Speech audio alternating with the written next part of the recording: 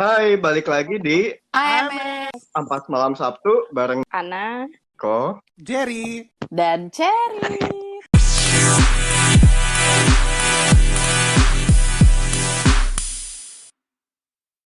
Gimana nih ciri-ciri corporate slave, guys? Kalau menurut gue ya, yang bikin lo jadi ngerasa corporate slave tuh sebenarnya you have a boss, not a leader. Once kalau lo ngerasa lo punya leader, ya kan, jadi kalau lo willing to work tuh kayak nggak ada yang ngerasa terbebani gitu. Yang tadi gue cerita, kalau gue tuh ya bos gue tuh insist kalau ya lo lembur, semua lembur gitu ya. Kalau misalnya kayak kantor kita yang lama gitu kan, gue tuh ngerasanya kalau gue punyanya leader gitu. Jadi gue nggak ngerasa tuh gue jadi kayak corporate slave gitu. Setuju. Bener-bener yang kayak kalau misalnya lo di challenge nih, misalnya ya udah lo nggak lo sih ngomongnya kayak ya udah coba Ana ngomong nih, kayak misalnya gue ada satu case lah gitu, ya udah coba kamu jelasin nih ke manajer ini gitu kan. Ya namanya gue gitu kan, kalau di challenge kayak gitu ya gimana ya, kayak rada deg-degan kan kadang waktu awal-awal gitu kan. Cuman kalau misalnya lama-kelamaan kan jadinya kayak bisa gitu. Ya pokoknya gue disuruh ngejelasin lah ini ada permasalahannya kayak gitu, jadi gue diceburin tuh, jadi gue senang-senang aja gitu, karena dia bukan menyuruh gitu ya dalam tanda kutip gitu, lebih kayak nge-challenge gitu loh. Kalau misalnya bos lo ngerasanya dia tuh bukan ngelit lo gitu, pasti lo ngerasanya bener-bener jadi diperbudak banget deh, kayak itu tadi mesti lembur, padahal menurut lo ya lo bisa kan memanage waktu lo supaya lo nggak ngelembur gitu, padahal kerjaannya bisa lah gitu. Menurut gue itu intinya, kalau lo ngerasa lo punya leader ya lo nggak bakalan ngerasa corporate slave. Kalau misal lo punyanya bos, lo pasti ngerasanya corporate slave sih. Karena Itu leader biasanya membantu untuk mencari jalan keluar sih, bukan nyuruh doang. Betul. By the way, ngomong-ngomong challenge tadi, sebenarnya penting gak sih nih kita sebagai corporate slave di challenge gitu buat karir kita ke depannya? Kalau gue iya, gue ngerasa banget sih kantor kita yang dulu itu bener-bener ngebikin gue jadi lebih, standar gue tuh kayak lebih tinggi dibandingin kantor-kantor sesudah gue ini gitu loh. Jadi kantor-kantor sesudah kita yang dulu tuh kayak tetap masih di bawahnya gitu loh. Jadi high standard banget. Lebih dewasa, lebih mapan. Jadi sebenarnya Iya. challenge itu penting ya buat karir kita ke depan. Gue juga setuju sih. Coba kalau lo gimana? Gue mau nanya, gue menurut satu kalian. sih, jadi gue sempat diskusi ya sama senior gue gitu ya. Memang gue sedikit cerita di dia, memang backgroundnya dulu sekolah di Singapura, dan memang kan kalian tahu sendiri ya, Singapura sangat kompetitif ya gitu kan ya, dari dari SD itu emang dulu dibentuk untuk kompetitif. Dia selalu dan dia itu punya line manager yang menurutku bullying. Gue udah ingetin dia sih, kayaknya line manager tuh udah bullying deh. Gue bilang gitu, lu masih nyaman kerja sama dia? Karena gue saking peduli, karena gue kasihan gitu, karena ada temen bullyingnya tuh gue gimana pernah tuh, diginiin cuy. Ini padahal dia bukan line manager gue, dia itu cuman gue support karena ada satu kerjaan. Dia giniin kan, jadi terus suatu ketika dia biasa dadakan ngajak gue untuk event, gue nggak bisa bantu eventnya karena gue juga pada hari yang sama ngerjain hal yang sama. Dia marah, dia banting HP, ngomong kata-kata kotoran, maaf ya, tai gitu ya. Tai ini semuanya nggak disupport gue gini-gini. Oh juga ngapain sih di sini Jan? Bukan bantuin gue gini-gini. Jadi diomelin gue depan umum. Gue bukan tim lo ya, gue bilang. You better respect me. Karena kenapa? Ya gue bisa ngaduin. Ini akan dilaporan ke LM gue yang benerannya. Lo cuman di sini cuman butuh bantuan. Nah, deket sama gue gitu kan. Terus gue udah ngingetin, mendingan lo report, bukannya gue ngajak-ngajak, tapi karena gue udah ngeliat lo dibullying gitu loh. Gue bilang, nih dia ngomong gini ke gue, tenang bro, what doesn't kill you makes you stronger.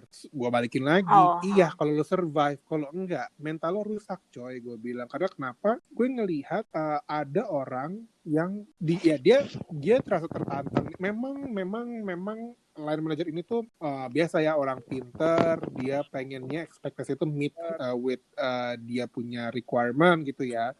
Tapi kebetulan ada anak, dia orang maksudnya gimana ya, dia memang sekolah di Jawa gitu ya, terus ya mohon maaf ya, gue bukan bermaksud primordial, tapi ya tipikal orang Jawa kan lebih engge, oke, iya, nerimo gitu kan ya.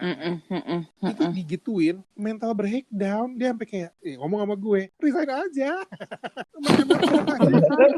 Gue juga mau resign kata lo. Biar Karena bareng ya. manajer lo nggak sehat, gue bilang gitu loh. Ini gue udah ngasih tahu gitu ya.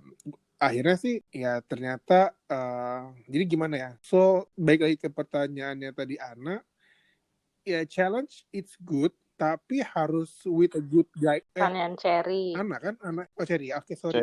Jadi Cherry. maksud gue challenge itu bagus. Memang untuk lo mendevelop lo punya knowledge ya dan pengalaman juga, tapi itu tergantung pace orang-orang dan ada guidance-nya atau enggak. Kenapa ya? Karena baik lagi gue ngerasa saat ini di kantor gue saat ini tuh kayak gue kayak dicebulin, ini gue ngapain ya? Ini gue ngapain ya? Gitu-gitu loh. Even gue kalau boleh jujur ya, gue sekarang ngerjain SAP, gue kangen coba SAP tuh finance nggak sih?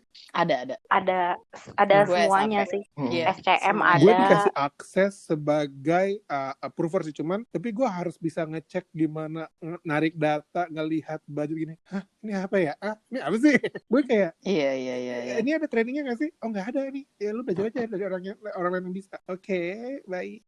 Nah, kalau dari gue sendiri, sebenarnya kalau yang terkait challenge, ya emang sih kadang challenge itu penting buat itu tadi ya, maksudnya buat kita supaya jadi lebih dewasa, mungkin ini juga bagus buat jadi loncatan buat karir kita ke depannya. Cuman ya itu tadi, kalau yang namanya over challenge, ya itu berarti namanya memperbudak diri sendiri. Iya. Ketika kita ngelakuin sesuatu yang bukan responsibility kita. Tapi kalau berkali-kali, itu namanya kita diperbudak. Karena kan namanya juga budak ya, harusnya kan yang namanya korporasi ataupun siapapun itu memanusiakan manusia kan. Kalau misalnya kita udah ngerasa nggak jadi kayak manusia, ya itulah kita disebut sebagai budak. Ketika kita harus ngerjain overtime, ketika kita weekend kita yang harusnya bersama keluarga, bersama orang-orang yang penting tapi malah diganggu. Nah menurut gue itu sebenarnya udah sesuatu yang memperbudak kita sih. Bukan berarti itu nggak bagus, cuman sebenarnya di satu sisi itu juga menunjukkan ketidakmampuan dari company itu untuk yaitu tadi memanusiakan manusianya. Kayak gitu sih kalau dari gue. Asik. Siapa Gue yang seneng banget sama kata-kata sama company-nya nggak bisa. Iya. Emang Nico genius banget sih, Wajar jadi ya, ya udahlah dia guys, memang di atas rata-rata emang.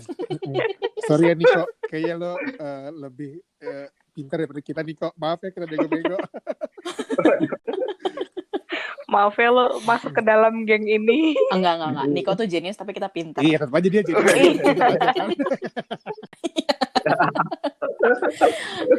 Beda level loh. Kalau kita bego berarti kita di bawahnya. Oke. Dia Penting jadi. ya. Iya sih, tapi mungkin ini sih kalau tadi dengar-dengar kan ini kan kayak negatif banget ya, tapi sebetulnya mungkin perjalanan orang beda-beda ya. Ada yang langsung dapat Iya. kerjaan bagus enak, atau memang ada orang yang seneng kerja, gak ada masalah. Iya, setuju. Betul. Ya kalau gue ngerasa dari gue kerja di multinational company ini ya, yang gue bilang tadi sih, gue juga ngerasa di-appreciate. Jadi kalau kerja lo emang oke gitu, lo juga akan mendapatkan hasil yang oke juga. Dan kayak promotion itu ada gitu. Jadi dan gue ngerasain langsung sih. Jadi nggak selalu negatif kita kerja ekstra untuk si company ini. Kalau gue sih ngerasain gitu. Kalau Apa dari sisi sisi positifnya gue, lagi misalnya? walaupun lo merasa slave, ya baik lagi, ini adalah pengalaman ya. Jadi lo juga punya cerita nih buat ke depannya kayak kita. Oke, dulu gue punya pengalaman yang bagus, punya pengalaman yang buruk. Jadi judgement lo tuh terhadap pekerjaan juga lebih banyak ya. Dan baik lagi sih, walaupun lo dapat pengalaman buruk atau bagus, perkuatlah network. Kenapa? Kita nggak ada yang tahu sih ntar ke depannya, walaupun lo ngerasa di slave atau apa, kalau misalkan one day kolega lo atau apa itu tuh ya the next big thing ya, di apa tuh lu kita butuh bantuan ataupun dia juga butuh bantuan dari kita bisa bantu sih. Itu sih, jadi jangan terlalu corporate slave, gue di sana aja deh. Jangan gitu juga sih. Jadi boleh kita ngeluh tapi ada saatnya juga kita bisa lihat sisi positifnya gitu. Tapi menurut gue positifnya juga, ya kan kita udah istilahnya kita udah melewati masa sulit nih di insya Allah ya dapat company kita yang lama, berarti kan kita udah udah udah dapat mentalnya duluan gitu loh, ngerti gak sih? Jadi kita udah dapat worst case dari kita kerja di company ini gitu. Jadi kalau misalnya kita dapatnya ntar lebih santai, misalkan ya kita dapat lebih santai, terus lebih banyak idle time ya. Iya itu benar banget sih. Gue juga soalnya actually 3 kali pindah.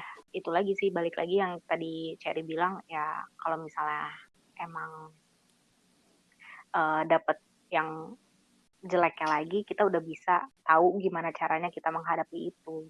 Iya. Jadi begitu Adek, jangan patah semangat.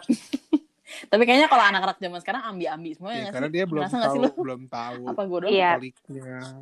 Tapi emang iya sih ya, ambi. Kita juga nggak tahu sih ya. Maksud gue kayak dulu apakah kita pas lagi di umuran segitu kita seambi itu juga dan seberisik itu juga atau gimana? Karena di kantor gue kan juga ada yang MT nih.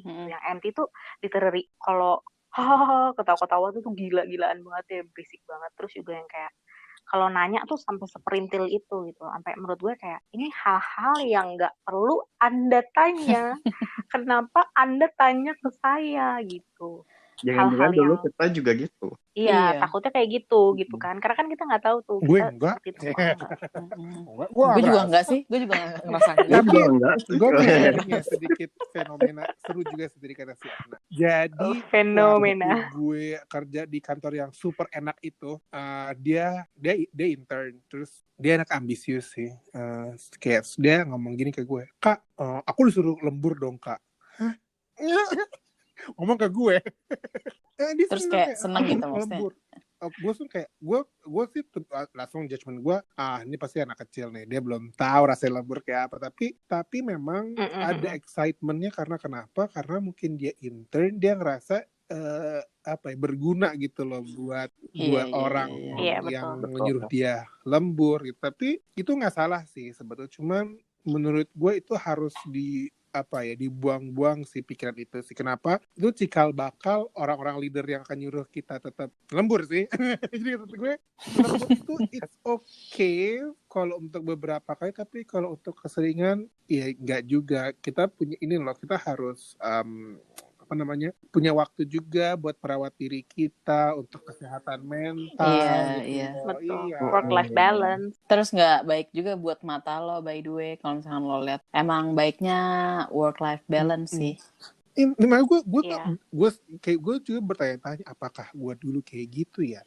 Tapi coba deh, enggak ya. Gue nggak pernah senang lo ngelembur. Gue juga enggak. Gue juga di kantor yang lama tuh kayak kita emang nggak pernah lembur juga, jadi kayak nggak pernah ngerasain ya. Gue pernah sih. Gue pernah sekali pulang jam 11 diantar pulang naik Camry. Penting nggak? Pulang kantor waktu masih duitnya banyak. Iya. Sama supir kantor dapetnya Camry.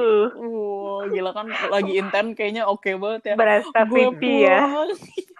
Naik Camry diantar. Terus kali sama pas baru-baru kerja pulang jam 7. Udah itu pas closing. Udah itu termalam gue. Habis itu udah gak pernah lagi di kantor kita yang lama. Enggak, gue emang gak paling pernah. bahagia. Iya bahagia banget. Jam. Ya kalau nginep ya karena besok ada event itu wajar ya. Tapi kalau misalkan lembur maksimal jam 7 juga ya makan malam ditutupnya. Terus juga jam 7 udah kayak sepi banget gak sih, kayak kuburan tuh. Iya, banget parah. Kalau di kantor gue yang sekarang kayak jam 7 masih ramai gitu. Ya, begitulah. Atau mungkin dunia emang selalu berputar dan kita harus terus bisa beradaptasi untuk mengikuti perubahan, guys. Iya, kita harus adaptable sih. Iya, move on di kantor lama, guys. Ini sebenarnya nggak bisa kita nggak bisa move on. Gimana caranya move on tuh ya? Susah ya. Sampai dari sekarang semua orang belum yang gue kenal tuh nggak ada yang Susah, bisa move on. Lo kenapa ya? Nggak ada. Nggak ada. Bahkan Kayak the best sih. parah. Itu tapi kayak gitu. Gue kadang tuh Bahkan gue tuh punya banyak anak intern kan ya. Anak intern gue di kantor Senayan kita itu. Anak-anak intern gue tuh yang cerita sama gue tuh kayak gila sih emang kangen banget Kak sama kantor itu gitu. Kangen banget. Kayak lo cuma punya akses kartu yang masuk ke komputer lo. Jadi kalau lo pulang ya udah lo nggak bisa akses kerjaan gitu kan. move on, bapak ibu, yuk bapak ibu move on deh, jangan ngayal bilang, jangan ngayal jorok bilang. Padahal ngomong buat diri sendiri juga ya. Di mana lagi coba gaji gede, work life balance, idle time banyak, gitu kan. Semua makan-makan. Iya, terus di sebelah mall yang bisa kapan aja, cuci mata. Paling kangen itu Friday breakfast sih, itu udah istilah paling enak banget. Loh emang Friday breakfast doang? Di tim gue kayaknya tiap hari breakfast, anjir. Iya, kayaknya di finance kita sering banget ya. Iya, potluck gitu. Ada aja potluck. Mau pagi kayak, mau siang, mau sore, ada aja. Ya kan dibilangin kerja kita cuma 2 jam sehari. Susahnya social gathering kan, makanya lebih ke WFO daripada WFH. Iya. Oke, nah seru banget ya. Hari ini kita udah bahas corporate life. Jadi emang tadi ya take away-nya apapun, mungkin ada yang ngerasa ini positif, ada yang ngerasa negatif, ambil aja yang baik-baiknya, karena mungkin suatu saat nanti kita juga bakal jadi leader ya. Amin. Betul. Amin. Roda berputar gitu kan. Roda kan berputar. Dan anggap aja ini sebagai latihan kita buat lebih resilient ke depannya. Nah, mungkin itu aja buat hari ini. Jadi buat teman-teman nih, kalau misalnya para pendengar kita ada yang ngedengerin dan punya pengalaman yang sama, boleh nih di-share di komen di bawah ini. Terus jangan lupa di-like dan di-subscribe ya. Sampai ketemu di episode berikutnya. Dadah! Bye-bye!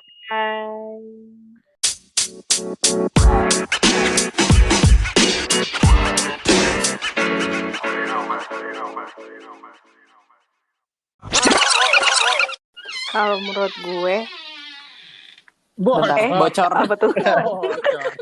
Ini ada air aqua siapa nih? Gue. Iya, dia pengen minum.